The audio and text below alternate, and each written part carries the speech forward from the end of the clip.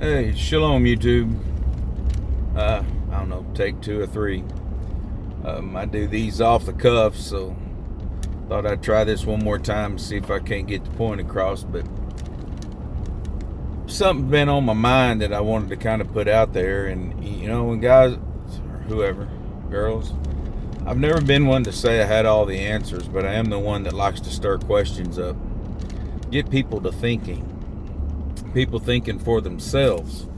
And just wanted to throw this concept out there. Had a talk a while back with someone, and since then this concept has been on my mind. It's not my concept. Really good friend of mine did a real extensive research and teaching on the concept of kingdom thinking and how it is so different than the modern church. And at the time, wasn't attending his church or anything like that, but we would have conversations every now and then by phone. And that was one thing that stuck out, was the concepts of the two words, the two terms that the church throws around constantly, and that is grace and mercy. And the church uses them a lot interchangeably. But in kingdom thinking, they're not. We got to remember, we're talking about a book, the Word, Scripture, the prophets, the writings, the minor prophets, the biography, and then the letters explaining the Bible to new converts. And so we have to remember that this Bible that was written, these people that it was written to were tribal to begin with, and then eventually under a king, and then consequently under other kings. So there's protocols and all kinds of stuff that we have to go by. And the church throws out these two words like nothing. Well, we're under grace and mercy. We're under mercy and grace. Well, we're now under grace. We're no longer under law. Well, that's a topic for another time. But let's look at these two words and these concepts from the perspective of kingdom thinking. If you was to approach a king or a queen, let's say the modern example would be the Queen of England.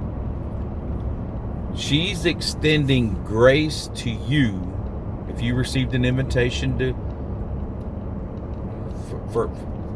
come to the palace or to whatever. She's extending the opportunity for you to be in her presence. She's extending favor to you. Or if she was to come to you, she is extending her grace to be there, her favor to be there.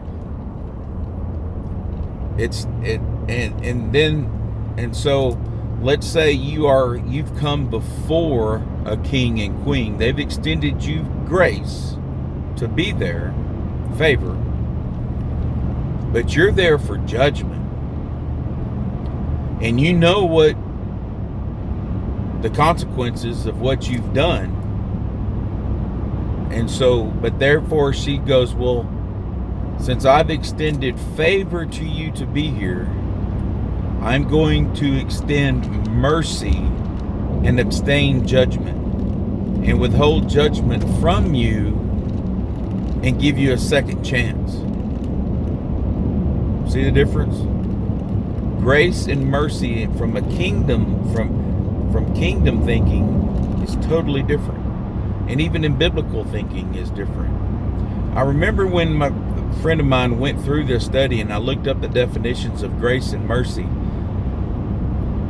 And what caught my attention this time, in the concordance at the very bottom under grace, it does have mercy there. Never noticed that before. Something that's been added kind of new. But that's neither here nor there. But from that type of thinking, those are two totally different words. they kind of go in line with one another, because, you know, in the New Testament thinking, as far as because the veil was rent, not the veil to the holiest of holies, the outer veil, I do believe we've been given access directly to the Father as far as praying. But remember, we do have an intercessor in heaven, Yeshua, who is working on our behalf as well. But I just wanted to bring that out. The next time someone says, well, now we're under the dispensation of grace. Well, you know, I used to argue against that. But I've had to rechange my thinking about it and say, well, yeah, you're right. We are under grace. Because now we don't have an earthly priesthood to go through. We have a heavenly priesthood. So therefore we've been given favor. But that doesn't keep us from mercy. We still must ask for mercy on a daily basis, because what does Scripture say? We've all sinned and come short. And so therefore we do need to call upon the Father and ask for mercy to be extended to us one more day, so that we can live our life, be a witness for Him, and then hopefully reach somebody else. And so I just wanted to make a little short video, I don't know, post it up. And like I said, I hope it stirs the heart, hope it stirs y'all to thinking, and research it out for yourselves. You know, take grace and mercy and look into it. Pull up scriptures for it, and see what you come up with. And if you got any good tips, be sure to leave me a comment down below. I'm not one here to argue or throw a fuss or anything like that, but hope this gets you to thinking. Hope it stirs your heart. And shalom, y'all.